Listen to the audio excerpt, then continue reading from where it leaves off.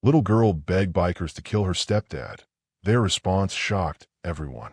The small figure burst through the heavy oak doors of Murphy's Roadhouse like a ghost escaping hell, her tiny bare feet slapping against the beer-stained floor as she stumbled into the smoky darkness.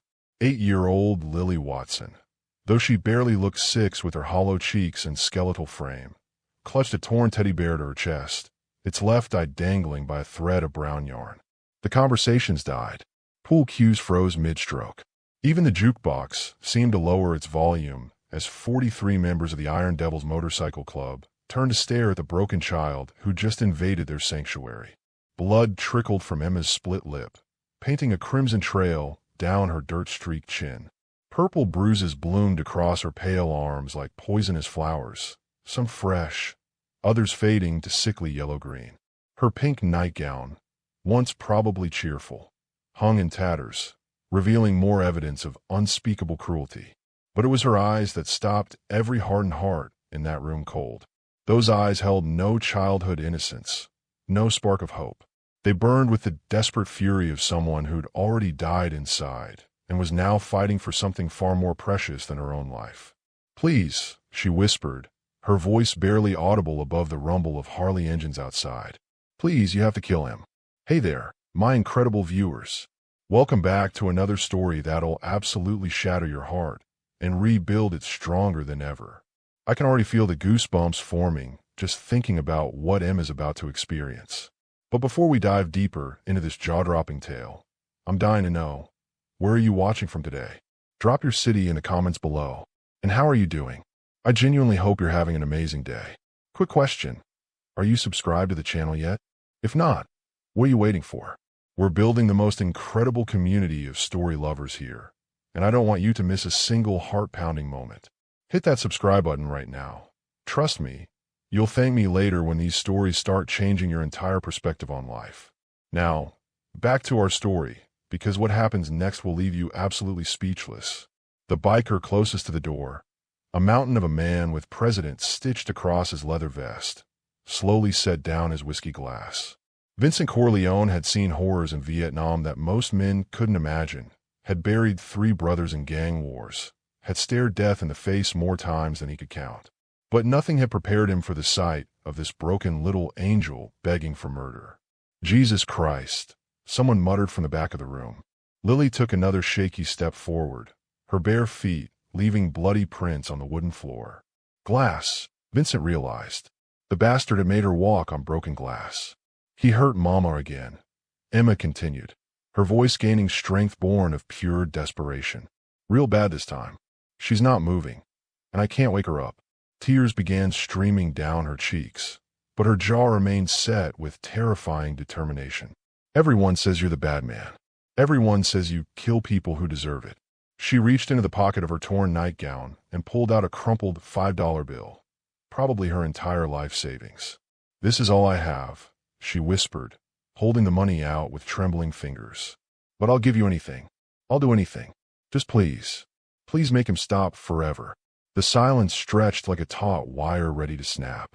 Vincent could hear his own heartbeat thundering in his ears, could feel 42 pairs of eyes looking to him for guidance.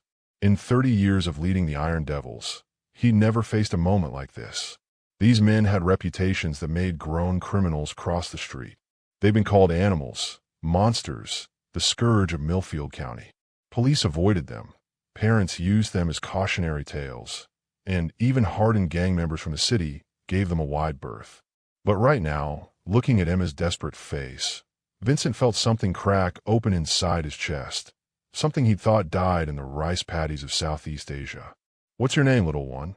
he asked, his voice surprisingly gentle for a man who could break bones with his bare hands. "Lily," she whispered, "and my stepdaddy is David Miller. He lives at 1247 Oakwood Street." She rattled off the address with mechanical precision, like she'd rehearsed this moment 1,000 times. "He has a gun in his nightstand drawer, and he keeps the doors locked, and he told me if I ever told anyone what he does, he'd kill Mama for real this time." Vincent exchanged glances with his vice president, Tony Montana, whose scarred face had gone pale beneath his graying beard. Every man in this room had heard whispers about David Miller, the respected insurance salesman who coached Little League, attended church every Sunday, and smiled at all the right people. They'd also heard other whispers, darker ones. The kind, decent folks didn't repeat in polite company. "Lily," Vincent said, crouching down to meet her eyes, his massive frame folding like origami. "How did you get here, sweetheart?" "I ran," she said simply. "I waited until he was busy with Mama. Then I ran as fast as I could. Everyone always said this was where the bad men lived. But you don't look bad to me." She studied Vincent's weathered face with the unnaturally mature gaze of a child who'd grown up too fast. "You look sad, like Mama used to look before she stopped looking at anything at all." The words hit Vincent like a physical blow. Around the room, hardened criminals, men who'd never shed a tear over their own pain, felt their eyes burning. "Emma," Vincent said carefully, "we need to call the police, sweetheart. We need to." "No." Her scream exploded through the room with such raw terror that several bikers actually flinched. "No police." "I asked the police. His brother is Sheriff Miller. They won't help. They never help. They just make it worse." The room seemed to tilt on its axis. Sheriff Dave Miller, the man who'd been harassing the Iron Devils for years, looking for any excuse to run him out of town. The pillar of the community who spoke at schools about stranger danger while Sweet Mary, Mother of God, whispered Rocco Lampoon, the club's enforcer, as the full picture came into focus. Her legs gave out, and she collapsed onto the beer-stained floor, her tiny body shaking with exhaustion and terror. He said tonight was going to be the last night. He said Mama had gotten too troublesome, and troublesome wives don't live long enough to cause problems. Vincent's hands clenched in a fist the size of sledgehammers.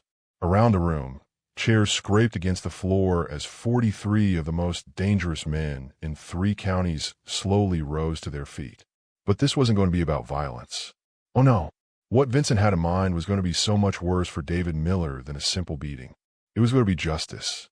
And Lily Watson was about to learn that sometimes the most unlikely heroes wear leather vests and ride steel horses. What do you think Vincent is planning? Can you feel that electricity in the air? That moment when everything is about to change forever. Drop a comment and let me know what you're hoping happens next, because this story is about to take a turn that nobody sees coming. Vincent Corleone had 3 rules that governed his life. Never hurt a child, never abandon a brother, and never let evil flourish in silence. As he looked down at Lily's broken form crumpled on his clubhouse floor, all 3 rules screamed at him with the force of a Category 5 hurricane. But first, the child needed care. "Tony," he said quietly, his voice carrying the authority of 3 decades leading the Iron Devils. "Get the first aid kit. Rocco, call Doc Henderson. Tell him it's an emergency and we're bringing someone in. Tell him." Vincent's jaw tightened as he studied Lily's injuries.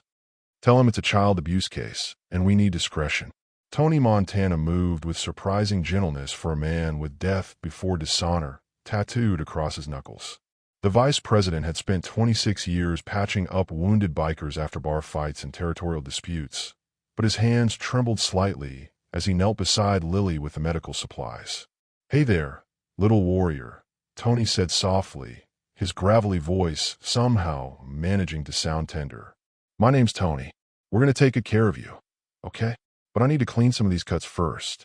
Lily flinched when Tony reached for her arm, her entire body coiling like a frightened animal ready to bolt. The reaction sent a fresh wave of rage through every man in the room. They all recognized a particular brand of terror.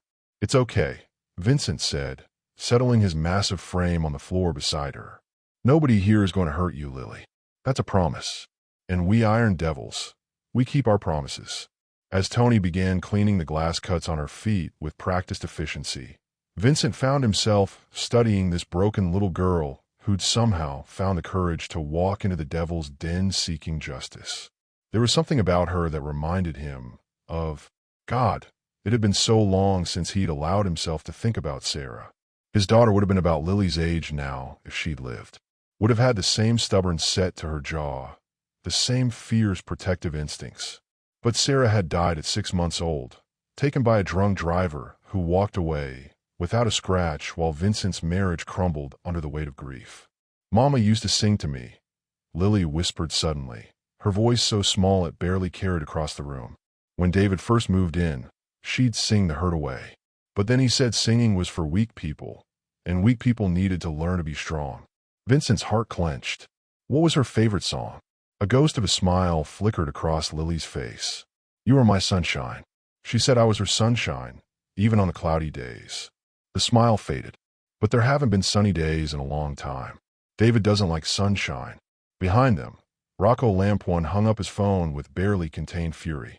At 58, Rocco had been Vincent's enforcer since the early days, back when the Iron Devils were just 5 young veterans trying to find their place in a world that didn't want them.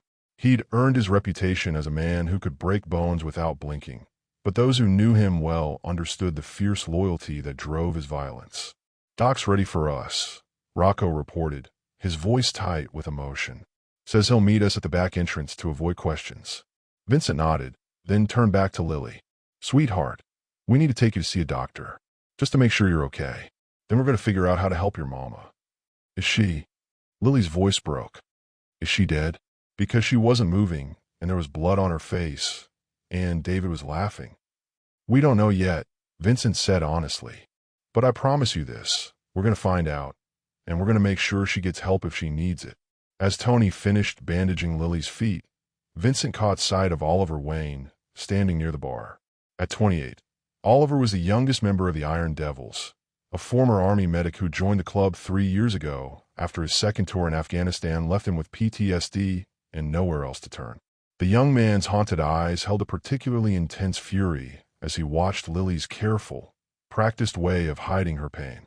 Vincent knew that look. Oliver had grown up in the system, bounced from foster home to foster home. Some good, some not so good. He understood what it meant to be small and helpless in the hands of monsters. Oliver, Vincent called. You're coming with us to Doc's. Tony, you too. Everyone else. He stood, his imposing presence commanding immediate attention. Emergency church. 5 minutes. In biker culture, church meant a mandatory meeting where serious club business was discussed. But this was different. Vincent could feel it in the air, a crackling energy that spoke of justice about to be served. As the room emptied except for the men heading to the doctor, Lily looked up at Vincent with those impossibly mature eyes. Are you really going to help us? Lily, Vincent said, gently lifting her into his arms like she weighed nothing at all. I want you to listen to me very carefully.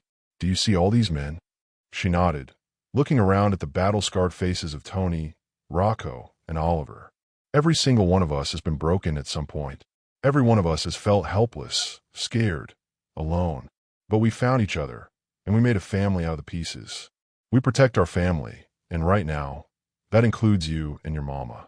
Vincent's voice carried the weight of absolute conviction. David Miller thinks he's untouchable because he has a badge for a brother and a reputation in this town. But he's never faced the Iron Devils when we've decided someone needs protecting. And sweetheart, we've decided. As they walked toward the door, Lily asked quietly, what if he hurts more people because of what I did?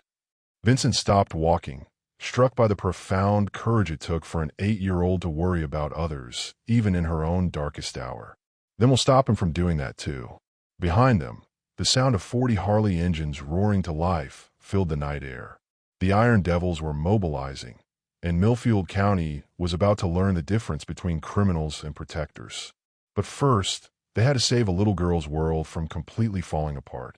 Dr. Marcus Henderson had been treating the Iron Devil's injuries for 15 years, ever since Vincent saved his life during a robbery at the clinic.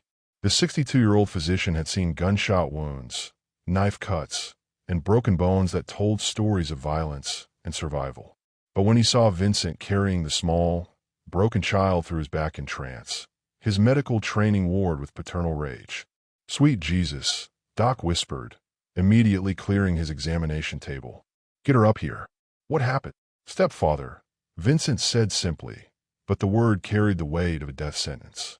As Doc began his examination, his weathered hands moving with professional gentleness, Lily gripped Vincent's massive finger like a lifeline. Each discovery made the doctor's face darker, his jaw tighter. Vincent, Doc said quietly, this child has injuries spanning months, maybe years. Broken ribs that healed wrong, cigarette burns, evidence of... He paused, looking at Lily's trusting face. "We need to discuss this privately." But Lily spoke up, her voice steady despite her tears. "It's okay, document. I know what David did to me. I know all of it. But Mama, she tried to stop him tonight. That's why he hurt her so badly." Doc Henderson had delivered half the babies in Millfield County and held dying men's hands as they took their last breaths. But this 8-year-old girl's matter-of-fact recitation of horrors nearly broke him. "We need to call child services," Doc said automatically. "No," Vincent said firmly. "Not yet. First, we handle this our way. Then we make sure the system actually protects her instead of failing her like it's been doing." Doc looked between Vincent and the broken child, understanding passing between the two men. Sometimes the system failed. Sometimes justice had to come from unexpected sources. "There's something else," Lily said quietly. "David has pictures. Of me. Of Mama. He said if we ever try to leave, he'd show them to everyone and tell them we asked for it." The temperature in the room seemed to drop 20 degrees. Vincent's hands slowly clenched into fists, and even Doc Henderson felt his Hippocratic oath straining under the weight of righteous fury. "Where does he keep these pictures?" Vincent asked, his voice deadly calm. "In his office at home. In a safe behind his desk. The combination is Mama's birthday. She told me once when she was really hurt and thought she was going to die." Tony Montana, who'd been silently standing guard at the door, stepped forward. "Boss," he said quietly, "we need to talk." Vincent looked down at Lily, who was fighting sleep despite everything. "Doc, can she stay here tonight? Somewhere safe. I've got a cot in my office. She'll be comfortable, and I can monitor her injuries." As Vincent gently transferred Lily to Doc's care, she grabbed his leather vest. "Mr. Vincent, you're not going to hurt David the way he hurt us, are you?" The question caught everyone off guard. Here was a child who'd suffered unspeakable abuse, asking her rescuers not to become monsters. "No, sweetheart," Vincent said softly. "We're going to stop him, but we're going to do it the right way. The way that makes sure he can never hurt anyone else ever again." "Good," Lily whispered, finally allowing her eyes to close. "Mama always said that hurting people just makes more hurt. She said the only way to stop being hurt is with love." As they left the clinic, Tony grabbed Vincent's arm. "Boss, you know what we're up against, right? Sheriff Miller, half the town council, probably the state police. This goes deeper than just one sick bastard." Vincent looked up at the stars, feeling the weight of responsibility settling on his shoulders like an old, familiar coat. "Then we go deeper too. We find every connection, every secret, every piece of evidence, and we use it." "You're talking about war," Rocco said. "No," Vincent replied, his voice carrying the certainty of a man who'd found his purpose. "I'm talking about justice. Real justice. The kind that little girl deserves." Behind them, Oliver Wayne spoke for the first time since they'd left the clubhouse. "There's something you all should know. I've been doing some computer work, trying to understand why the system keeps failing kids like—" He gestured toward the clinic. "Like her. David Miller isn't working alone. There's a whole network." Vincent turned, his full attention focused on a young veteran. "What kind of network?" "The kind that involves very powerful people. The kind that's been operating in this county for years. And the kind that's about to learn what happens when they mess with the Iron Devil's family. I can feel the storm brewing. Can't you? These incredible men are about to uncover something that goes way deeper than one abusive stepfather. What do you think Oliver discovered? And how far do you think this corruption goes? Let me know in the comments. This story is about to explode into something none of us saw coming." The emergency church meeting at Murphy's Roadhouse felt different from any gathering in the Iron Devil's 30-year history. 40 men sat in a circle, their usual crude jokes and casual profanity replaced by a grim silence that spoke of war councils and blood oaths. Vincent stood in the center, his presence commanding absolute attention. "Brothers, tonight we face something that goes beyond club business. Tonight, we decide whether we're the monsters this town thinks we are, or whether we're the protectors we've always claimed to be." He gestured to Oliver, who stood beside a laptop computer, an incongruous sight in the testosterone-heavy environment of leather vests and motorcycle engines. "Oliver's going to show you what we're really dealing with." The young veteran's fingers moved across the keyboard with practiced efficiency. 3 months ago, I started tracking patterns in the county social services reports. Missing kids, abuse cases that got buried, families that just disappeared. I thought I was looking at bureaucratic incompetence. The laptop screen filled with a complex web of connections. Names, dates, locations, all linked by thin red lines that formed a pattern as clear as it was nauseating. I was wrong.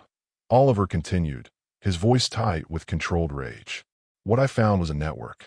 David Miller is just one node in a system that's been trafficking children for years, and it goes all the way to the top. A collective intake of breath filled the room as the implications hit home. These were men who'd seen the worst humanity had to offer, but this revelation shook them to their core. Sheriff Miller isn't just covering for his brother, Oliver said, clicking to the next screen. He's been facilitating. Judge Patricia Thompson has been sealing records. CPS Supervisor William Chun has been redirecting investigations. Even Pastor Michael Davies of the First Baptist Church has been providing them with vulnerable families. Vincent's jaw clenched as he studied the web of corruption. How many children, Oliver? In the past 5 years? Conservative estimate. Over 200 kids have disappeared from the system in Millfield County. That's 20 times the state average. The room erupted in curses and threats. 43 voices raised in righteous fury. But Vincent raised his hand, and silence fell immediately. This changes everything, he said. We're not just talking about saving one little girl and her mother. We're talking about taking down an entire network of predators who've been using their positions of trust to destroy innocent lives. Tony Montana leaned forward in his chair. Boss, you know what you're suggesting? We'd be going up against the entire power structure of this county. Sheriff, judge, CPS, even the church. They have resources we can't match. Do they? Vincent asked, a dangerous smile playing at the corners of his mouth. Oliver, show them the rest. The laptop screen changed again, this time displaying financial records, email communications, and photographs that made several hardened bikers look away in disgust. They got sloppy, Oliver explained. Arrogant. They never thought anyone would connect the dots, because who would believe that pillars of the community could be involved in something like this?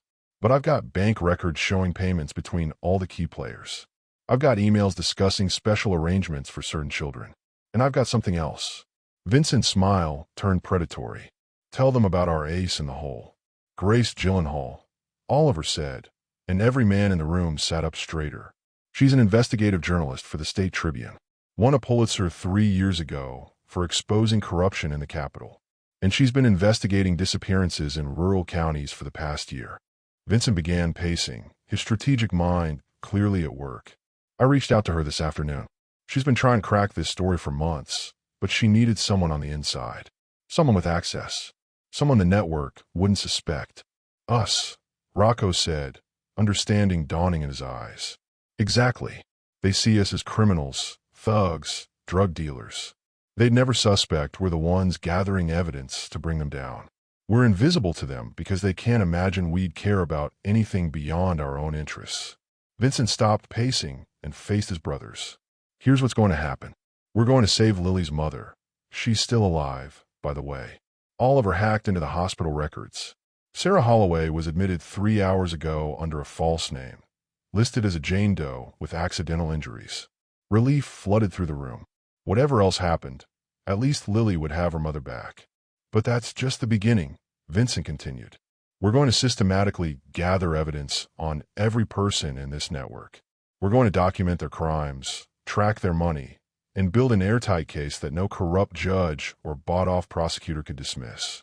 James Shelby, the club's treasurer and a former accountant, raised his hand. Vincent, that kind of investigation takes months, maybe years. What about the kids who are suffering right now? What about Lily? Vincent's expression softened slightly. Lily and her mother are under our protection. Doc Henderson is keeping them safe, and we're going to make sure they have everything they need. But more than that, we're going to give that little girl something she's never had before. What's that? Tony asked. Hope. Real hope. The kind that comes from knowing that justice actually exists, even if it takes time to arrive. Oliver cleared his throat. There's something else. Grace Gyllenhaal wants to meet with us. Tonight. She's driving down from the Capitol. The room fell silent again. Dealing with journalists was dangerous territory for an outlaw motorcycle club. One wrong move, one misunderstood comment, and the Iron Devils could find themselves the subjects of an expose that would destroy everything they'd built. Where? Vincent asked. Neutral ground. The old Riverside Diner on Highway 9. It's been closed for renovations, but the owner, Eddie Martinez, he's solid. Lost his daughter to this network 3 years ago and never got justice. He'll make sure we have privacy. Vincent looked around the room, meeting the eyes of each of his brothers. I need to know right now, are we all in this together? Because once we start down this path, there's no going back. We'll be making enemies of people who have the power to destroy us legally, financially, even physically. One by one, 42 hands rose in the air. Not a single man hesitated. Then it's settled, Vincent said. Tony, Rocco, Oliver, you're coming with me to meet the journalist. James, I need you to start setting up safe houses for any other victims we find. The rest of you, I want surveillance on every person in that network. But brothers, and I cannot stress this enough, we do this clean. No violence unless it's absolutely necessary for protection. No illegal tactics that could compromise the evidence. We become ghosts, shadows, gathering truth until we have enough to bury them forever. As the meeting broke up and the Iron Devils began their most important mission, Vincent felt a hand on his shoulder. He turned to find Noah Thompson, one of the club's newer members, looking troubled. What is it, Noah? Boss, I need to tell you something. About Judge Thompson. She's my aunt. Vincent's blood ran cold. Judge Patricia Thompson, one of the key players in the network, was related to one of their own members. How long have you known? Vincent asked carefully. About corruption? I suspected something for years. She got me out of serious trouble when I was 17, made charges disappear that should have sent me to prison. I always wondered what the real price was. Noah's face was pale, but determined. I want to help bring her down, whatever it takes. Vincent studied the younger man's face, seeing genuine resolve mixed with the pain of betrayal. Noah, this puts you in incredible danger. If she finds out you're working against her, then I guess we better make sure she doesn't find out until it's too late. As Vincent walked toward his Harley, preparing to meet the journalist who could either be their salvation or their destruction, his phone buzzed with a text message from Doc Henderson. Lily's awake. She wants to know if you're really going to save the other kids too. What should I tell her? Vincent looked up at the star-filled sky, feeling the weight of 200 missing children's hopes settling on his shoulders. He typed back quickly. Tell her yes. Tell her the Iron Devils keep their promises. The war for Millfield County's soul was about to begin. And for the first time in 30 years, Vincent Corleone felt like he was fighting for something truly worth dying for. But first, he had to convince an investigative journalist that the most unlikely alliance in criminal justice history was about to bring down the most powerful corruption network in state history. Can you feel that moment when everything shifts? When our heroes realize they're not just saving one child, but potentially hundreds. Grace Gyllenhaal is about to walk into the most dangerous story of her career, and the Iron Devils are about to become the most unlikely force for justice you've ever imagined. What do you think happens when a Pulitzer Prize-winning journalist meets a room full of bikers? Share your thoughts below, because this meeting is going to change everything. The Riverside Diner sat like a forgotten monument to better times, its neon sign dark, and the parking lot cracked with weeds pushing through the asphalt. At 11:47 p.m., 4 Harley-Davidson motorcycles rumbled into the empty lot, their headlights cutting through the darkness like accusatory fingers. Vincent Corleone had faced down rival gangs, crooked cops, and federal agents, but he'd never felt the particular brand of nervousness that came with trying to convince a respected journalist that a motorcycle club could be trusted with the story of the century. Eddie Martinez emerged from the shadows near the diner's back in trance, his weathered face etched with the permanent grief of a father who'd lost everything. 3 years ago, his daughter Maria had been one of the runaways that Sheriff Miller's department never seemed to find. Now Eddie knew why. She's inside, Eddie said simply, nodding toward the darkened building. Been waiting for 20 minutes. Brought coffee and some of those files you asked for. Vincent exchanged glances with Tony, Rocco, and Oliver. This was it. The moment that would determine whether their war against the network would be fought in shadows or spotlights. The interior of the abandoned diner felt like stepping into a time capsule. Red vinyl booths, chrome fixtures, and a jukebox that would never play again. But seated in the corner booth, illuminated by the glow of her laptop, was Grace Gyllenhaal, and she was nothing like what any of them had expected. At 34, Grace possessed the kind of understated beauty that came from intelligence and determination rather than genetics. Auburn hair pulled back in a practical ponytail, wire-rimmed glasses perched on her nose, wearing jeans and a simple black sweater that suggested she'd dressed for functionality rather than impression. But it was her eyes that caught Vincent's attention. Sharp, calculating, but somehow warm. The eyes of someone who'd seen humanity's worst, but never stopped believing in its potential for good. She looked up as the four leather-clad men entered, her expression carefully neutral. If she felt intimidated by the sight of Vincent's imposing frame or the scars that decorated Rocco's knuckles, she didn't show it.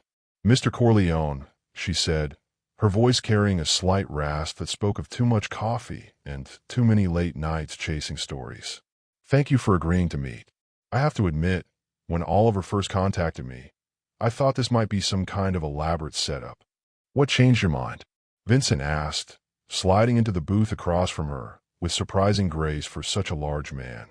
Grace gestured to the laptop screen, which displayed the same web of corruption that Oliver had shown the club earlier.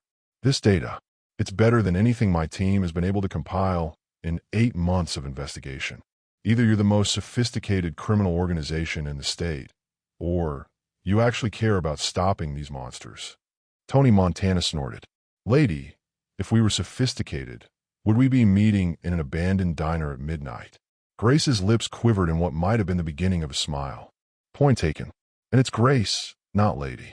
The journalist studied each man's face with the intensity of someone accustomed to reading people for lies. What she saw in Vincent's eyes seemed to satisfy some internal test. "Tell me about the little girl," Grace said softly. "The one who came to you tonight." Vincent's expression softened. "Lily Watson, 8 years old, abused by her stepfather David Miller for months, maybe years. Her mother is currently in the hospital under an assumed name, beaten so badly she nearly died." His voice hardened. "And David Miller is the brother of Sheriff Dave Miller." Grace was already taking notes, her pen moving in quick, efficient strokes. "The sheriff who's been harassing your club for years. The same sheriff who's been covering up missing children cases and taking money from a trafficking network that reaches in at every level of county government," Oliver added, opening his own laptop. "I can prove it." For the next 2 hours, Oliver walked Grace through the evidence he compiled. Financial records showing suspicious payments between network members. Communication logs revealing coded language about special deliveries and problem children. Most damning of all, a pattern of missing persons reports that had been systematically buried or misfiled. Grace's professional composure began to crack as the scope of the conspiracy became clear. "Dear God," she whispered, staring at a photograph of Judge Thompson at a charity function for at-risk youth. She's been using her position to identify victims. These fundraisers, these community outreach programs, they're hunting grounds. Gets worse, Rocco growled, speaking for the first time since they'd arrived. Oliver found communications suggesting they've been selling information to networks in other states. This isn't just local, it's regional, maybe national. Grace leaned back in the booth, running her hand through her hair. This is bigger than anything I've ever investigated. The evidence is solid, but prosecuting something like this, we need federal involvement. FBI, maybe Department of Justice. And even then, with this level of corruption. That's where you come in, Vincent said. We can gather evidence, but we can't legitimize it.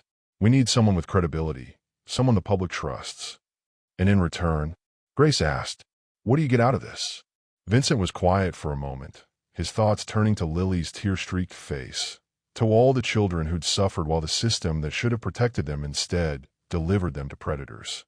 "We get to sleep at night knowing we did the right thing," he said finally. "We get to look at ourselves in the mirror and see protectors instead of parasites." Something in his voice must have convinced her, because Grace closed her laptop and extended her hand across the table. "I'm in, but I have conditions." Vincent shook her hand, noting the surprising strength in her grip. "Name them." "First, complete transparency. I know this puts you at legal risk, but I need to know everything you're doing as you're doing it. No surprises, No classified operations that could compromise the investigation. Done. Second, we do this by the book. No violence. No intimidation. Nothing that could be used to discredit the evidence or make you look like vigilantes seeking revenge. Already established that with my club. We're not looking for street justice.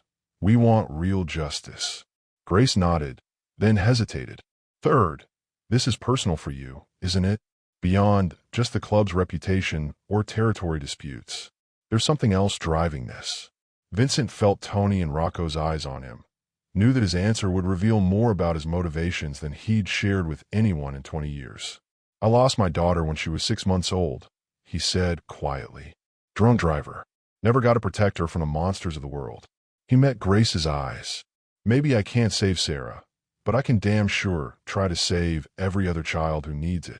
The raw honesty in his confession seemed to affect Grace more than all the evidence Oliver had presented. Her professional mask slipped completely, revealing genuine emotion beneath. I'm sorry, she said softly. I lost someone too. My younger brother. He was 14 when he disappeared from a group home. Never found him. She straightened, the reporter's armor sliding back into place. Which brings me to my fourth condition. When we bring these bastards down, and we will bring them down, I want to be there when they're arrested. I want to look them in the eyes and let them know that every child they hurt had advocates who never gave up. Lady, Tony said, then caught himself. Grace, you're all right. As they prepared to leave the diner, Grace caught Vincent's arm. There's something else you should know. I've been investigating similar networks in 3 other states. If we can crack this one, if we can expose the full scope of their operation, we might be able to save hundreds of children nationwide. Vincent felt that familiar weight of responsibility settling on his shoulders, but this time it didn't feel like a burden. It felt like purpose. Then we better get started, he said, outside the diner, as Grace climbed into her silver Honda Civic. A car so ordinary it was practically invisible. She rolled down her window. Vincent, she called. That little girl, Lily. How is she handling all this? She's stronger than she should have to be, Vincent replied. But she asked me something tonight that I can't get out of my head. What? She wanted to know if we were really going to save the other kids too. An 8-year-old girl who's been through hell, and she's worried about children she's never met. Grace was quiet for a moment, then said, Then we better make sure we don't let her down. As Grace drove away, her taillights disappearing into the darkness, Vincent felt something he hadn't experienced in years. Hope. Not the desperate, grasping kind that came from wanting something to be true, but the solid, unshakable hope that came from knowing you were finally fighting the right fight. Back at Doc Henderson's clinic, Lily Watson was having another nightmare.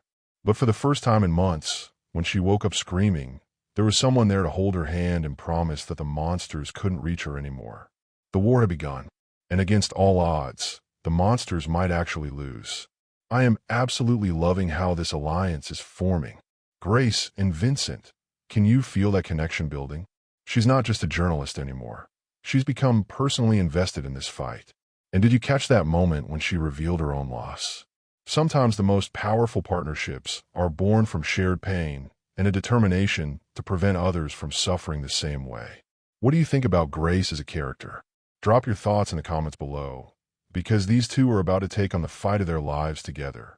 3 days after the diner meeting, Grace Gyllenhaal sat in her rented motel room, surrounded by printouts, photographs, and evidence that painted a picture so horrific she'd already thrown up twice. Her investigation had taken an unexpected turn when Oliver's latest data dump revealed something that changed everything they thought they knew about the network. Her phone buzzed with a text from Vincent.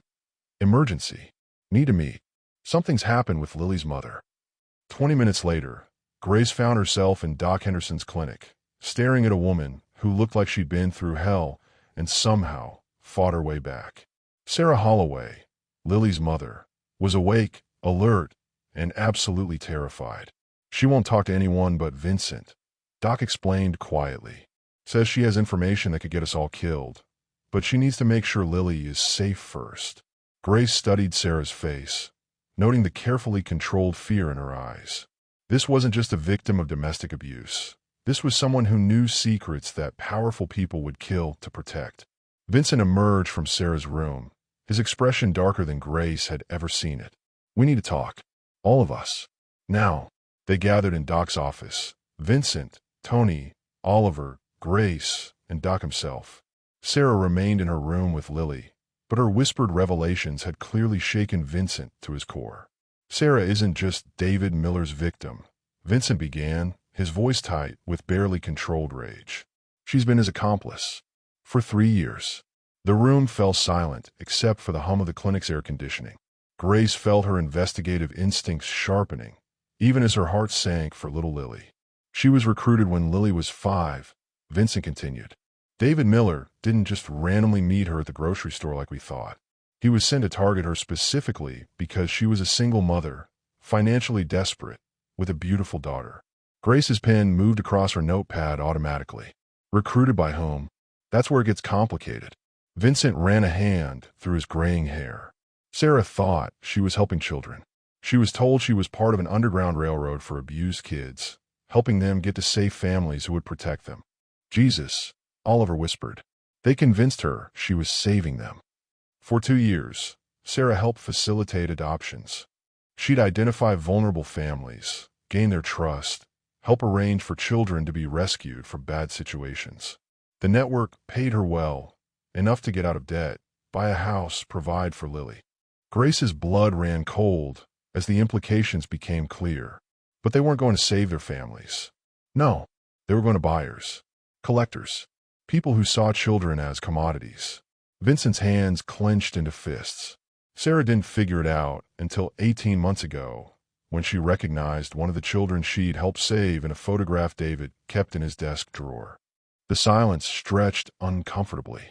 Grace found herself thinking about every missing child case, every family that had been told their child was probably a runaway, every parent who died never knowing what happened to their baby. What did she do when she found out? Grace asked. She tried to leave, tried to take Lily and disappear. That's when David showed her the photographs he'd been taking, the videos he'd been recording. That's when the abuse started, not as random violence, but as systematic punishment for her betrayal. Tony Montana slammed his fist against the wall. That son of a bitch turned her into a victim after using her as bait. It gets worse, Vincent said. Sarah kept records. Names, dates, locations. She thought someday she might be able to make amends, help the families find their children. She's been maintaining a secret database for over a year. Grace looked up from her notes. Where? Hidden in Lily's bedroom. Inside the stuffing of that teddy bear she carried into our clubhouse. Oliver was already standing, his laptop bag slung over his shoulder. I need to see those records. If Sarah documented everything. Oliver, Vincent interrupted. There's more. Sarah recognized some of the buyers from the photographs David kept. Political figures, business leaders, people with national profiles. Grace felt the story expanding beyond anything she'd ever imagined. We're not just talking about a county-level trafficking ring. We're talking about a supply chain, Vincent said grimly. Millfield County is one node in a network that stretches across multiple states, feeding children to buyers with money and political protection. Doc Henderson, who'd been quietly listening, finally spoke up. How many children are we talking about, Vincent? According to Sarah's records, in just this county, over the past 3 years, 87 children sold to buyers. Nationwide. Vincent paused, his jaw working. Sarah thinks the network has moved over 1,000 kids. The number hit the room like a physical blow. Grace found herself struggling to process the sheer scope of what they were confronting. There's something else, Vincent said. Sarah knows who's at the top. The person coordinating everything. The one who built this network. Grace felt her investigative instincts practically vibrating. Ooh, Vincent met her eyes, and she could see that this revelation had shaken him as much as anything else. Senator Marcus Webb, the man running for governor on a family values platform. The senator who's been championing legislation to protect children. Grace's pen stopped moving. Senator Webb. She'd interviewed him twice in the past year. A charismatic politician known for his work with children's charities, his push for tougher sentences for predators, his perfect family image. He's been using his position to identify vulnerable populations, Vincent continued.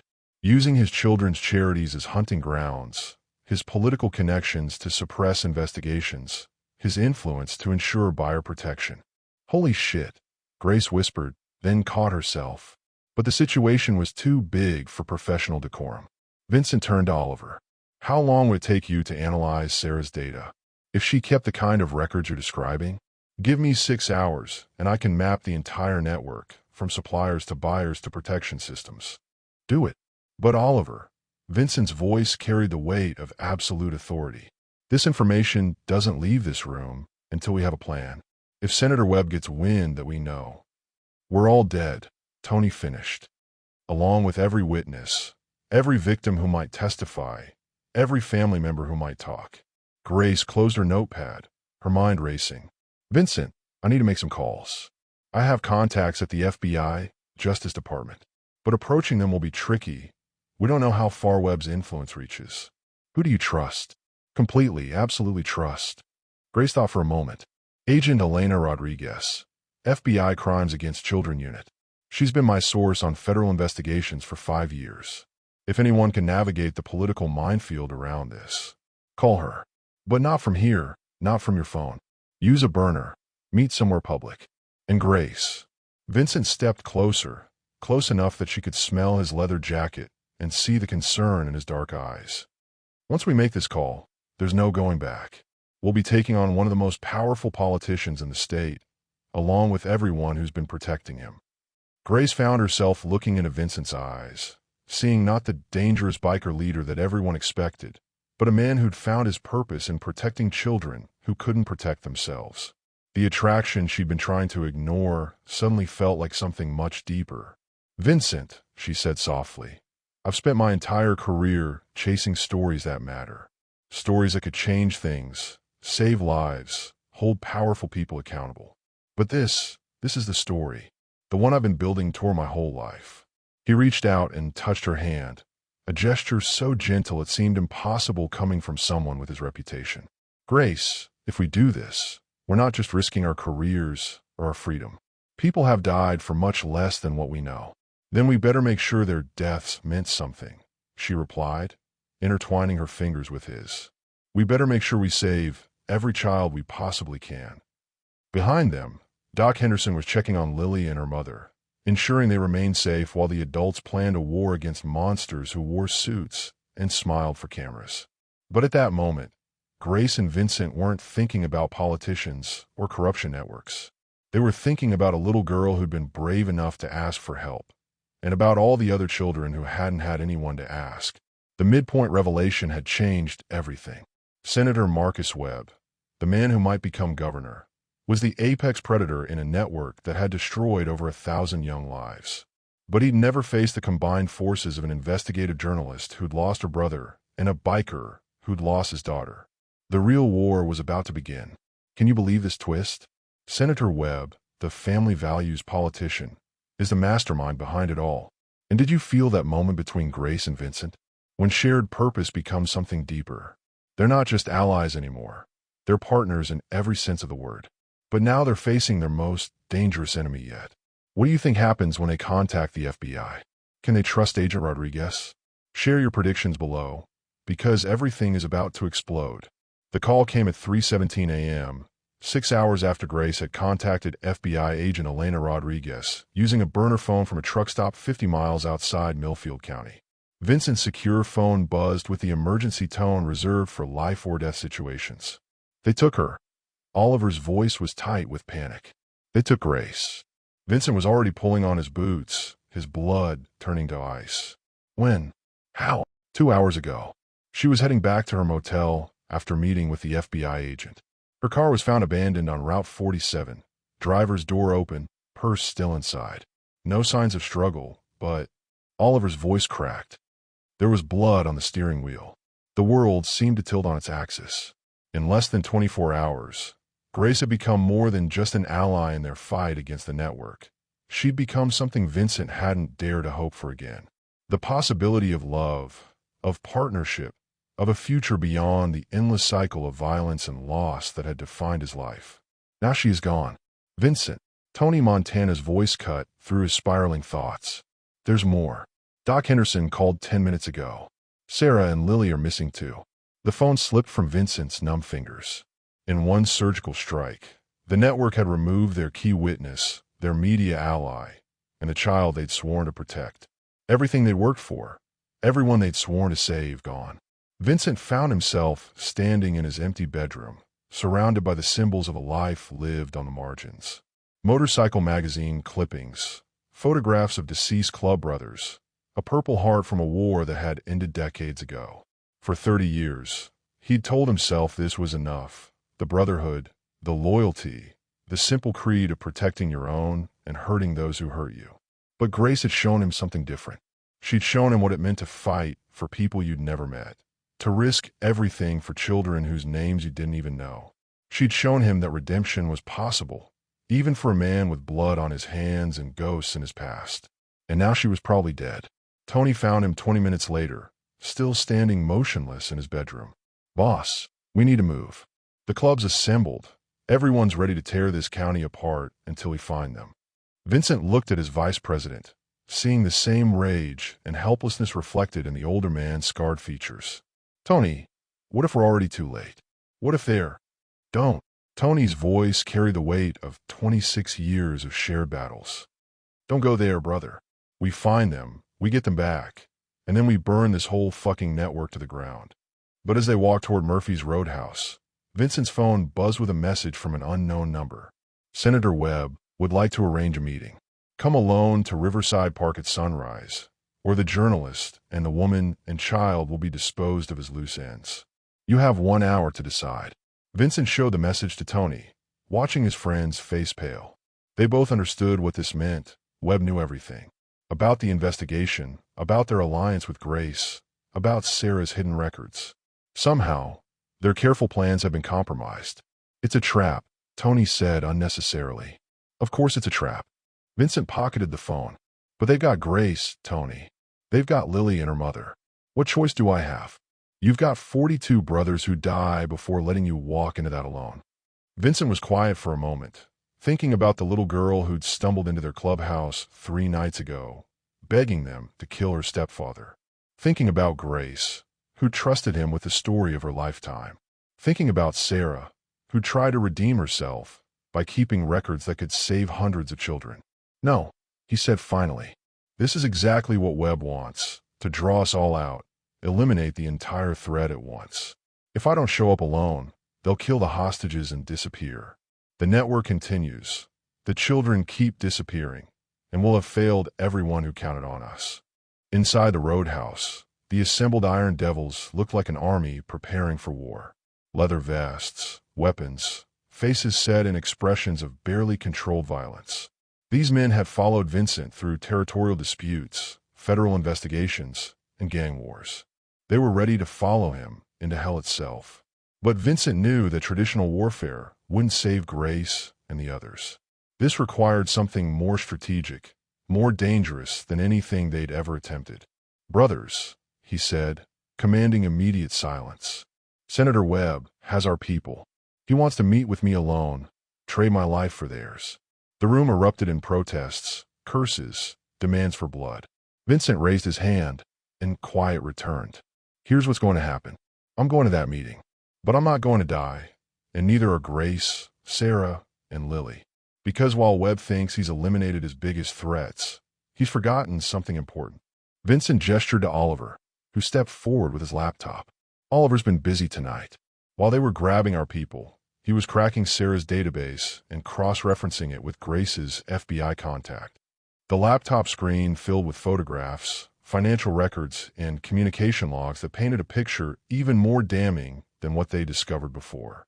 "Agent Elena Rodriguez isn't just Grace's contact," Vincent continued. "She's been leading a federal task force investigating child trafficking networks for 3 years. And when Grace contacted her tonight, she didn't just share our evidence. She triggered a federal operation that's been building for months." Hope flickered in the room like a candle in the wind. "What kind of operation?" Rocco asked.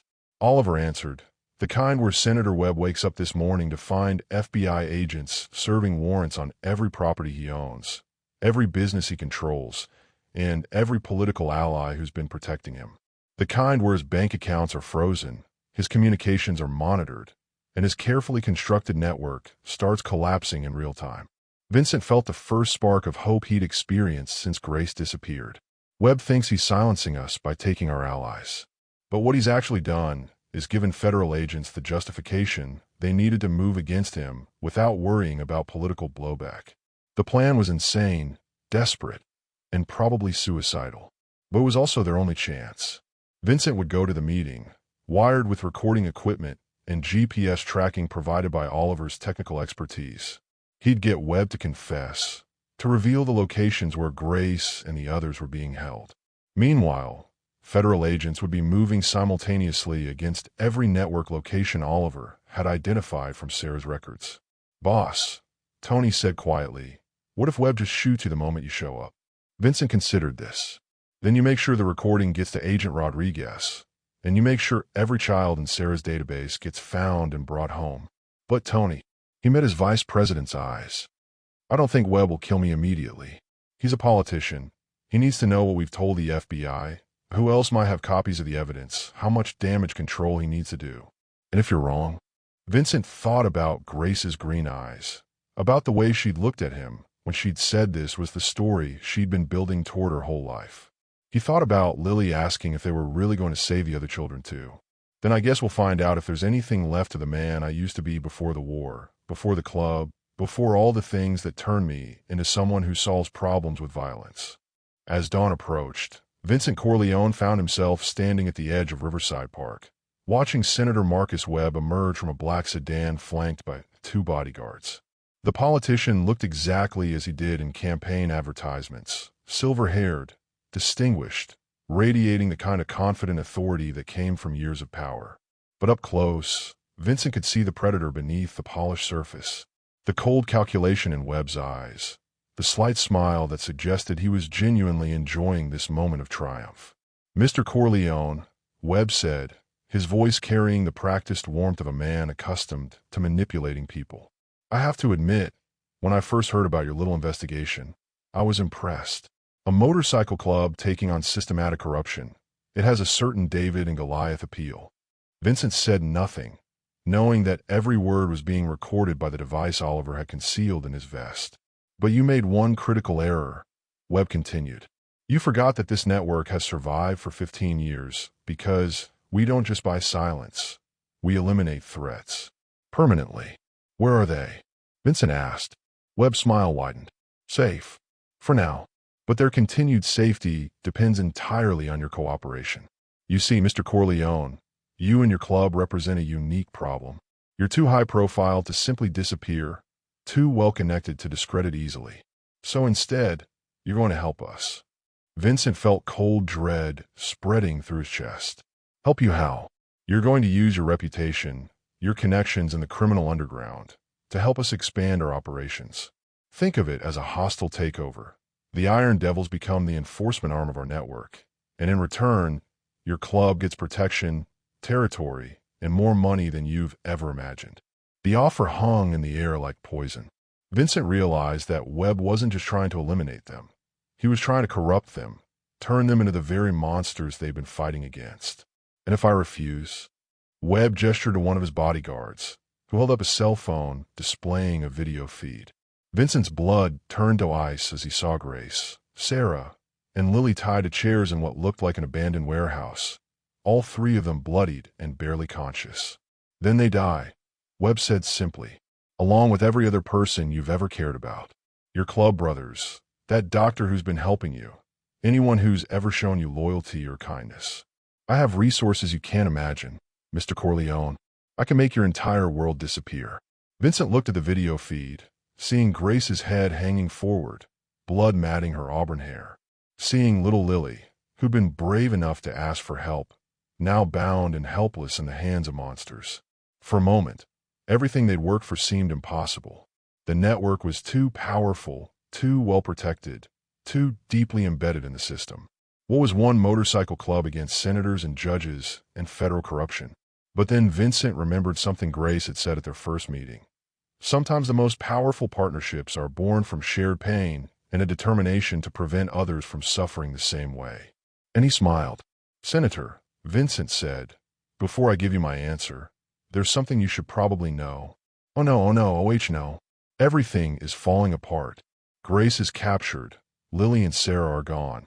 And Webb thinks he has Vincent exactly where he wants him. But did you catch that smile at the end? Vincent knows something Webb doesn't. What do you think it is? What's the plan? I'm literally on the edge of my seat here. Drop your theories in the comments, because this darkest hour is about to become something completely unexpected. Vincent's smile widened as he looked at Senator Marcus Webb's confident face. You know, Senator, for a man who's built his career on information control, you made a critical oversight.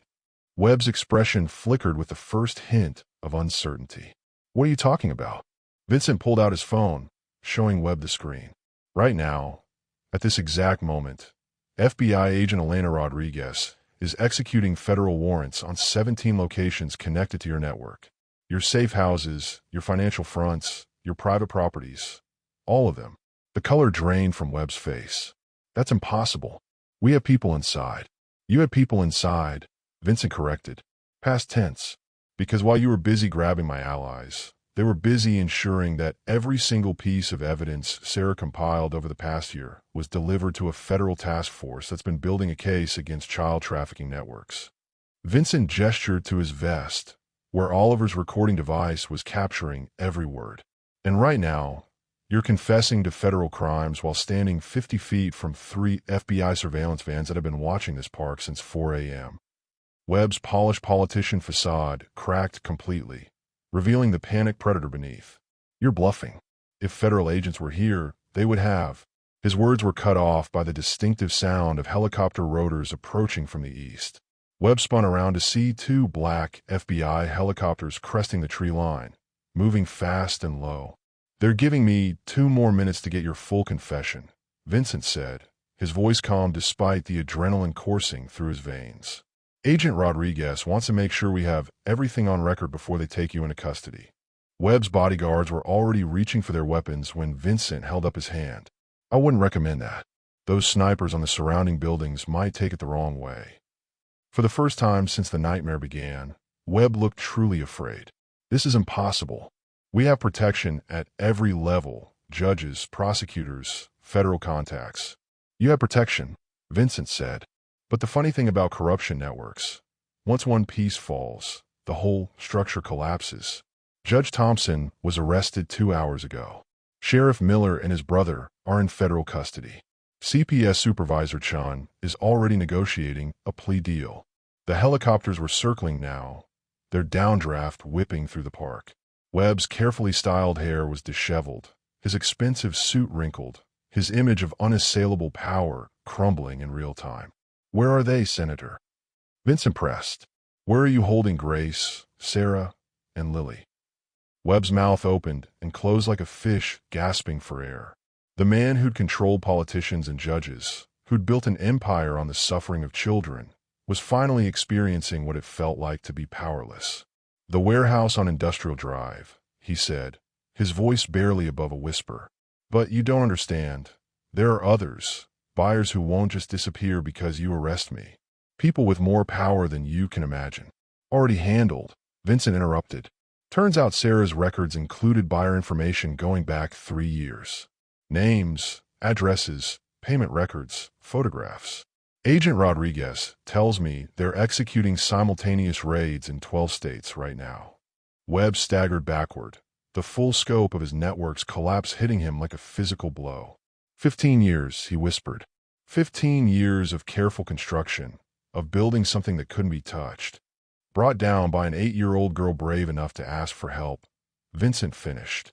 The FBI helicopters were landing now, agents in tactical gear emerging and surrounding the park. But Vincent's attention was focused on the warehouse location Webb had revealed. Grace was there, probably injured, possibly dying. Every second they spent here was a second she remained in danger. Agent Elena Rodriguez approached, her badge visible, her expression grim but satisfied. At 42, she carried herself with the controlled intensity of someone who'd spent years hunting monsters in human form. Mr. Corleone, she said, excellent work. We got everything we needed. Vincent shook her hand, noting the strength in her grip. Agent Rodriguez, Grace spoke highly of you. She spoke highly of you too, Rodriguez replied. Which is why I need to tell you. We've already got teams moving in the warehouse. Your friends are going to be okay." For the first time in hours, Vincent felt like he could breathe. All of them. All of them. Grace is injured but conscious. She's been trying to keep Sarah and the little girl calm, telling them that the cavalry was coming. Rodriguez smiled slightly. She was right. As FBI agents moved to arrest Senator Webb, Vincent found himself thinking about the chain of events that had led to this moment. A broken little girl stumbling into a biker bar. A journalist willing to risk everything for a story. A mother keeping records of her own complicity in hopes of eventual redemption. 43 outlaws decide to become protectors instead of predators. "Agent Rodriguez," Vincent said, "how many children are we talking about? How many can be saved? Based on the evidence your team provided, we're looking at potentially recovering over 300 children nationwide, with leads on several hundred more." Her expression hardened. "This network was vast, Mr. Corleone, but it's finished now." Vincent's phone buzzed with a text from Tony. "Grace is safe. All 3 of them are safe. Doc Henderson's meeting us at the warehouse to check them over. You did it, brother." The relief was overwhelming. Vincent found himself leaning against a park bench, the adrenaline that had sustained him for the past 6 hours finally giving way to exhaustion. "There's something else," Agent Rodriguez said. "Grace asked me to give you a message." Vincent looked up, curious. "She said to tell you that she's never met anyone who could turn a personal tragedy into a force for protecting others." She said. Rodriguez paused, consulting her notes. "She said she's never been more attracted to someone in her life, and when this is all over, she owes you dinner at a restaurant that doesn't serve beer in bottles."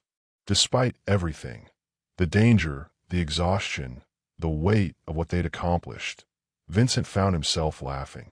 Real, genuine laughter that came from somewhere deep in his chest. "Agent Rodriguez," he said, "would you mind giving me a ride to that warehouse? I have some very important people to collect." 20 minutes later, Vincent Corleone stood outside a converted warehouse on Industrial Drive, watching as paramedics checked over 3 of the most important people in his newly restructured world. Lily spotted him first, breaking away from the paramedic who was cleaning a cut on her forehead. "Mr. Vincent," she called, running toward him with a resilience that had amazed him from the beginning. Vincent knelt down, catching her in a gentle hug. "Hey there, little warrior. You okay?"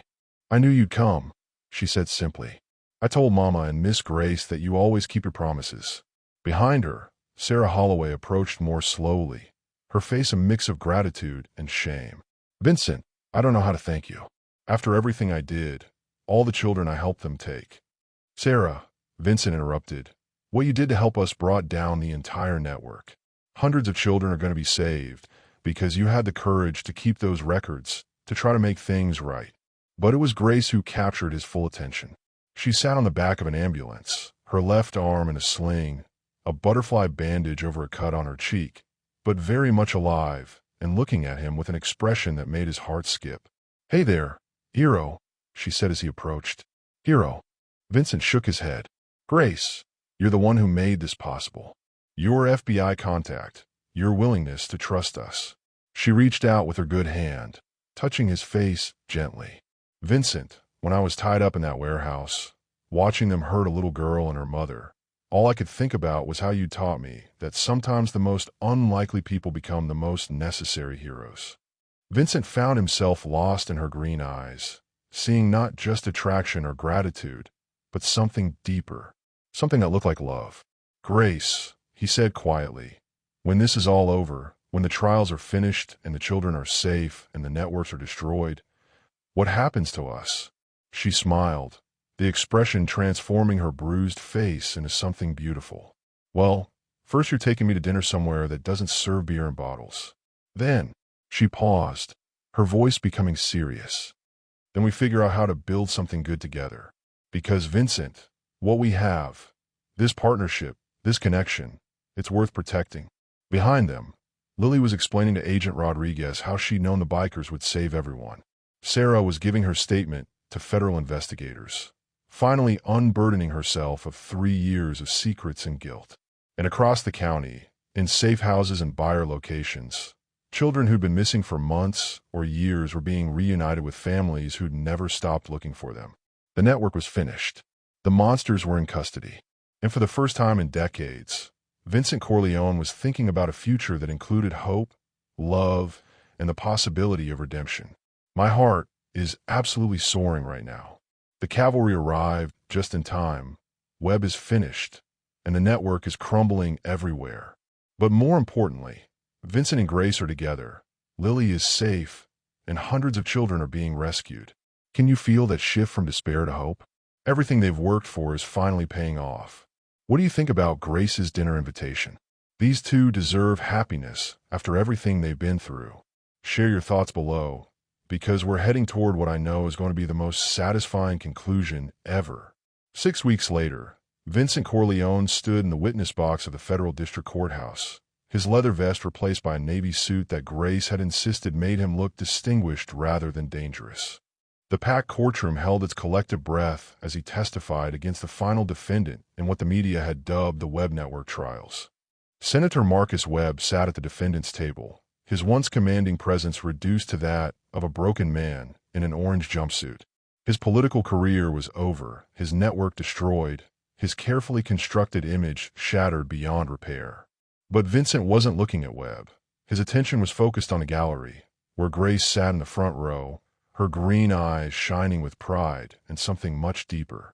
Mr. Corleone, the federal prosecutor continued, can you tell the court what motivated you and the Iron Devils to pursue this investigation? Vincent looked directly at the jury, 12 ordinary citizens who would decide Webb's fate. A little girl came to us, asking for help. She was 8 years old, beaten, terrified, and desperate enough to walk into a room full of men she'd been taught to fear. She asked us to kill her stepfather, but what she really needed was for someone to protect her. He paused, remembering that night 6 weeks ago when everything changed. We could have handled it the old way, with violence, with revenge. But Grace Gyllenhaal showed us a different path. She showed us that real justice isn't about hurting the people who hurt you. It's about making sure they can never hurt anyone else again. The prosecutor nodded. And the result of your investigation? 347 children recovered from trafficking situations across 12 states. 89 adult perpetrators arrested and convicted. A network that had operated for 15 years was completely dismantled. Vincent's voice carried quiet satisfaction. And one little girl who got to see that sometimes, when you ask for help, help actually comes. As Vincent stepped down from the witness stand, he caught Webb's eye for the first time during the trial. The former senator looked at him with a mixture of hatred and something that might have been grudging respect. But Vincent felt no triumph in Webb's downfall, no satisfaction in his enemy's destruction. What he felt was peace, the deep, abiding peace that came from knowing that hundreds of children were safe because unlikely heroes had chosen to do the right thing. The jury deliberated for less than 3 hours. When they returned, their foreman stood and delivered the verdict that everyone in the courtroom already knew was coming. Guilty on all counts. As Webb was led away in shackles, Vincent felt Grace's hand slip into his. They walked out of the courthouse together, emerging into brilliant afternoon sunlight where the assembled Iron Devils waited alongside Agent Rodriguez and a crowd of reporters. Mr. Corleone, a journalist called out, "What's next for the Iron Devils? Are you planning to continue investigating corruption?" Vincent looked at his brothers, Tony Montana grinning beneath his graying beard, Rocco Lampuan trying to look intimidating despite the obvious satisfaction in his eyes, Oliver Wayne already fielding calls from federal agencies wanting to hire his technical expertise. "We're going back to being what we always were," Vincent said simply, "a family that protects its own and helps people who need help. The only difference is, now we know that our own include a lot more people than we used to think." But it was Grace who delivered the announcement that sent shockwaves through the assembled crowd. "Actually, there's something new. Vincent and the Iron Devils have agreed to consult with the Department of Justice on a new program, using motorcycle clubs as community outreach coordinators for at-risk youth programs." The irony wasn't lost on anyone present. The same men who'd been labeled as society's outcasts were now being asked to help protect society's most vulnerable members. Agent Rodriguez stepped forward, her badge catching the sunlight. The Webb Network investigation represents the largest child trafficking bust in U.S. history. None of it would have been possible without the courage of civilians who chose to get involved when they saw injustice. She looked directly at Vincent. The Iron Devils Motorcycle Club has been officially commended by the Federal Bureau of Investigation for their assistance in this investigation. It's not often we get to say this, but you gentlemen are heroes. The word heroes hung in the air, transforming 43 men who'd spent decades on the wrong side of the law into something they'd never imagined they could become. But the real surprise came when a small voice called out from the crowd, "Mr. Vincent." Everyone turned to see Lily Watson running toward the group, her face bright with joy, her arms outstretched. Behind her, Sarah Holloway followed more slowly, but her smile was genuine and free of the fear that had defined her for so long. Vincent knelt down as Lily threw herself into his arms, her 8-year-old frame solid and healthy in a way that hadn't been possible 6 weeks ago. "Guess what?" she announced to everyone within hearing distance. "Mama and I are moving. We got a new house, and I get to go to a new school where nobody knows about David. And Mama got a job helping other mommies who need to get away from bad men." Sarah approached, her face showing the kind of transformation that came from being freed from years of terror and guilt. "Vincent, I wanted you to know, I'm working with a domestic violence organization now, helping them identify trafficking situations, using everything I learned, everything I did wrong, to help other families avoid the same trap." Vincent stood, still holding Lily, looking at this woman who'd found the strength to turn her worst mistakes into a force for protecting others. "Sarah, that's incredible. How does it feel?" "Like redemption," she said simply. "Like maybe all those children I helped them take. Maybe their suffering wasn't completely meaningless if it helped save others." Grace stepped forward, putting her arm around Sarah's shoulders. "Sarah's going to be my co-author on a book about the investigation. We're donating all proceeds to organizations that help trafficking victims." Vincent felt that familiar swell of pride and affection as he looked at Grace. 6 weeks of trials, interviews, and recovery had only strengthened their connection. She'd kept her promise about dinner at a restaurant that didn't serve beer in bottles. In fact, she'd kept that promise 17 times, each meal deepening their understanding of each other. But it was Oliver Wayne who delivered the day's biggest surprise. "Boss," he said, approaching with his laptop bag and a grin that Vincent hadn't seen since before the young man's tours in Afghanistan. "I got some news. The Department of Justice offered me a position as a technical consultant for their anti-trafficking task force." Vincent clapped his youngest brother on the shoulder. "Oliver, that's fantastic. You taking it?" "Already accepted. But here's the thing. They want me to train other motorcycle clubs, teach them how to recognize trafficking situations, and gather evidence properly. Turns out, bikers are everywhere, see everything, and nobody suspects them of caring about much beyond their own business." Tony Montana laughed. "A sound like gravel in a cement mixer. So let me get this straight. We went from being the scourge of Millfield County to being federal consultants in 6 weeks." "Stranger things have happened," Rocco observed, "though I can't think of any off the top of my head."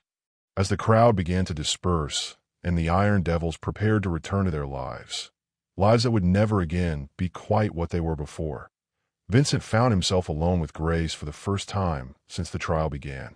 "So," she said, taking his hand and leading him toward a quiet bench beneath an oak tree, "how does it feel to be officially designated as a hero?" Vincent considered the question seriously. "Different than I expected. I always thought being a hero meant doing something dramatic, something that made headlines. But the real heroism was just choosing not to walk away when someone needed help." Grace nodded, her eyes reflecting the deep understanding that had developed between them over the past weeks. "You know what I think? I think you've been a hero for a long time. You just needed the right story to make it obvious." Vincent looked across the courthouse lawn, where Lily was showing Agent Rodriguez the stuffed animal she'd received from the FBI gift shop, a replacement for the teddy bear that had hidden the evidence that brought down an empire of predators. "Grace," he said quietly, "I need to ask you something." She turned to face him fully, her expression serious. "What is it?" Vincent reached into his jacket pocket, pulling out a small velvet box that made Grace's breath catch. 6 weeks ago, you walked into an abandoned diner and trusted a room full of outlaws with the story of your lifetime. You risked everything to help children you'd never met, and you taught me that it's never too late to become the person you were meant to be." He opened the box, revealing a simple but elegant diamond ring. Grace Gyllenhaal, investigative journalist, truth teller, and the bravest person I've ever known. Will you marry a reformed biker who's still figuring out how to be one of the good guys?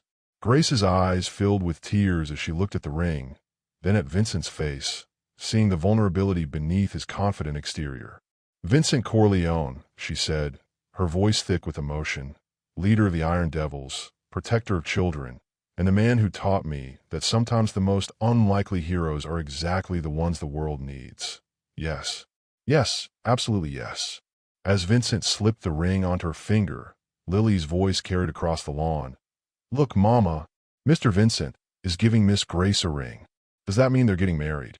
Sarah's laughter mixed with the afternoon breeze. Yes, sweetheart, I think it does. Good, Lily announced with 8-year-old certainty. Now I'll have a biker daddy and a writer mommy. That's the best kind of family ever. Vincent and Grace looked at each other, both thinking the same thing. Out of the ashes of trauma and corruption, something beautiful was being born. Not just their love, but a new kind of family. One that included biker brothers, FBI agents, recovered victims, and a little girl whose courage had started a revolution. The web network was finished. The children were safe. And for the first time in 30 years, Vincent Corleone was thinking about a future that included wedding rings and birthday parties and bedtime stories read to a little girl who called him Daddy Vincent. Sometimes the most unexpected endings were also the most perfect ones. I am literally crying happy tears right now. Vincent proposing to Grace, Lily getting her perfect family, Sarah finding redemption, Oliver getting his dream job. Everything is coming together so beautifully. Can you believe this journey we've been on together? From a terrified little girl stumbling into a biker bar to a federal hero designation and a proposal under an oak tree.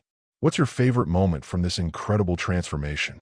Drop your thoughts below because we have one more part to go. And I promise you, this ending is going to leave you feeling like anything is possible when good people choose to fight for what's right. 1 year later, the Murphy's Roadhouse looked nothing like the dark, smoky biker bar where a desperate 8-year-old girl had stumbled in begging for help. Strings of white lights hung from the rafters. Tables covered with lace tablecloths hosted an unlikely collection of guests, and the scent of wedding cake mingled with the familiar aroma of motor oil and leather. Grace Gyllenhaal Corleone stood in the center of the transformed clubhouse, wearing a simple white dress that somehow made her look more beautiful than any elaborate gown could have managed.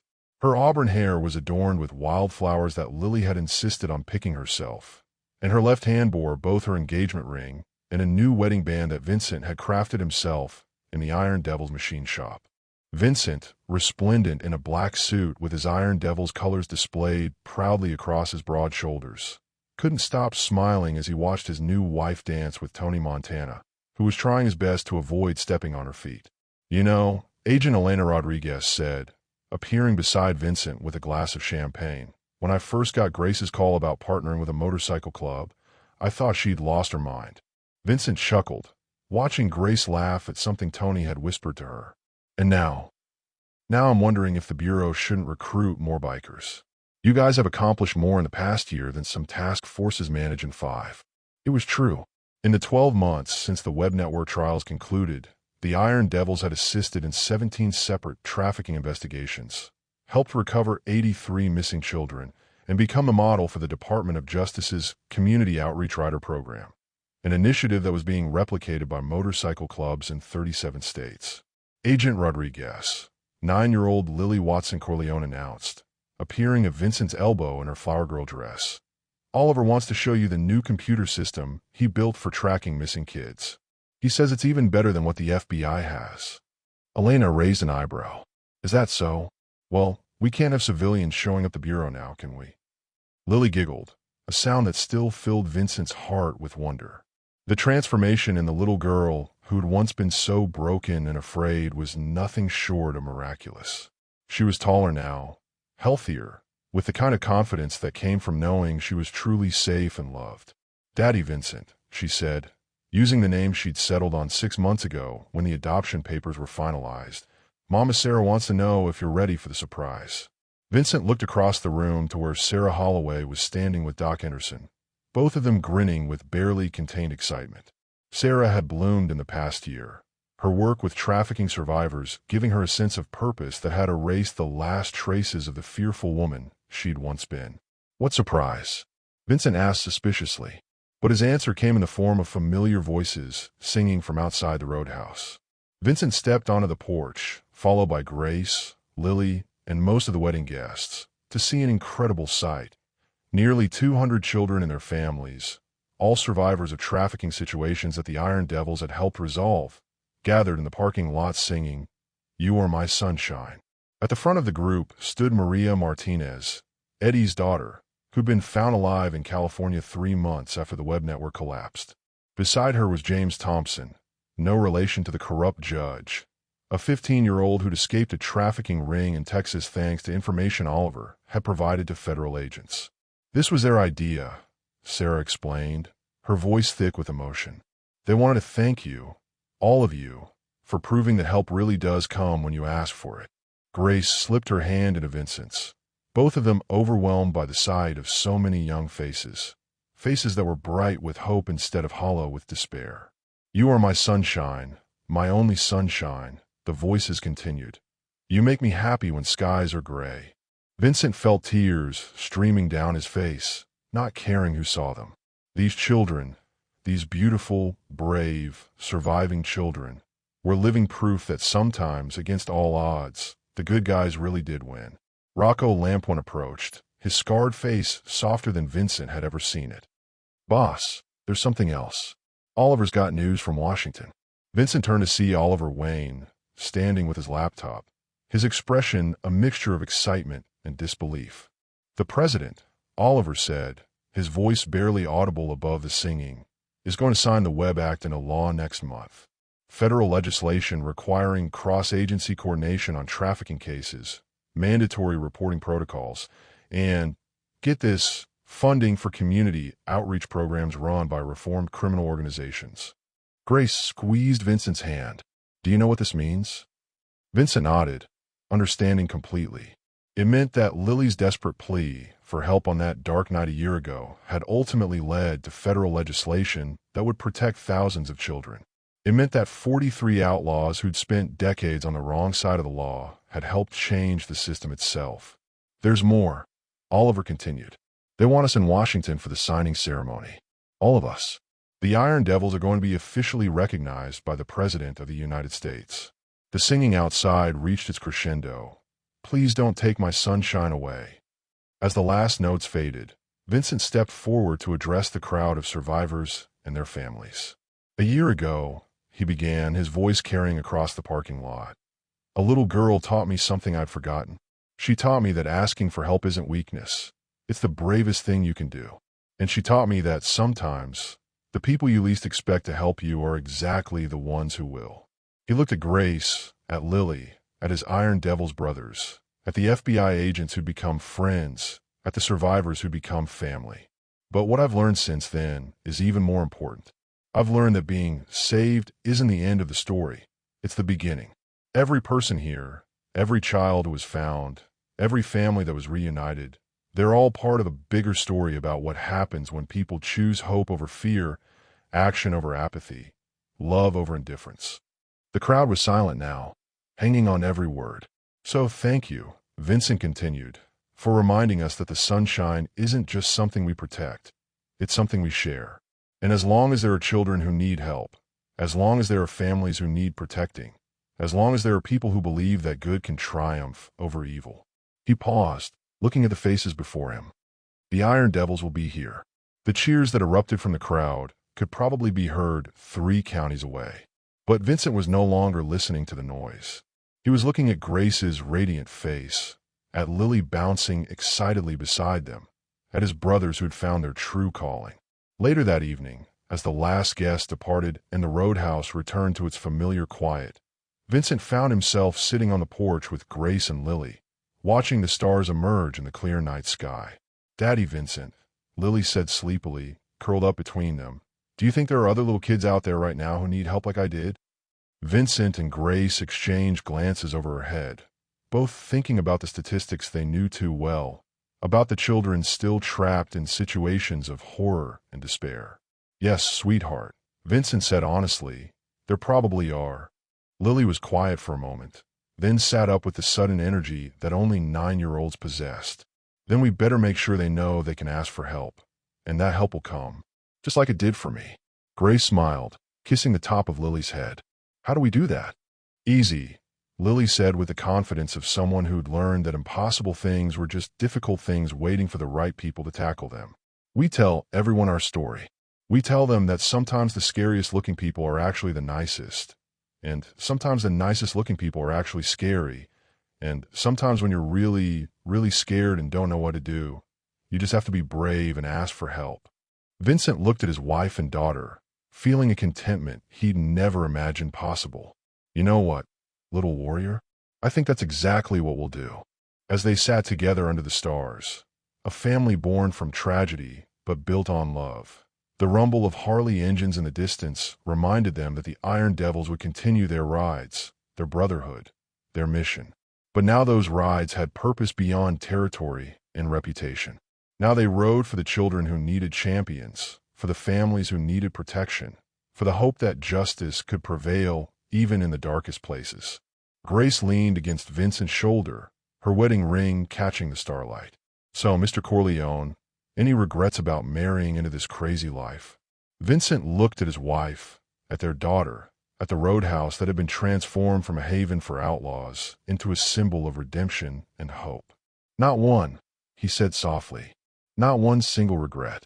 In the distance, a siren wailed, perhaps an ambulance rushing to save a life, perhaps a police car responding to a call for help.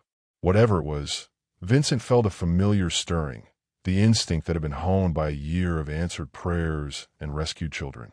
But tonight, he was exactly where he belonged. Tonight, he was home. And tomorrow, the Iron Devils would ride again, carrying with them the absolute certainty that when good people choose to fight for what's right, miracles become possible. The little girl who'd begged bikers to kill her stepdad had received something far better than vengeance. She'd received justice, love, family, and the knowledge that her courage had changed the world. Sometimes the most broken beginnings led to the most beautiful endings. And there we have it, my incredible viewers. From a terrified little girl stumbling into a biker bar to a White House ceremony, and a family built on love and redemption. Can you believe this journey we've been on together? Lily got her family, Vincent found his purpose, Grace found her partner, and hundreds of children found their way home. This story proves that heroes come in the most unexpected packages, and that sometimes the bravest thing you can do is simply ask for help. Thank you for taking this emotional roller coaster with me. If this story touched your heart, please share it with someone who needs to hear that hope is always possible. What was your favorite moment? I'd love to know in the comments below. And remember, subscribe for more stories that will restore your faith in humanity. Until next time, keep believing in the power of unlikely heroes.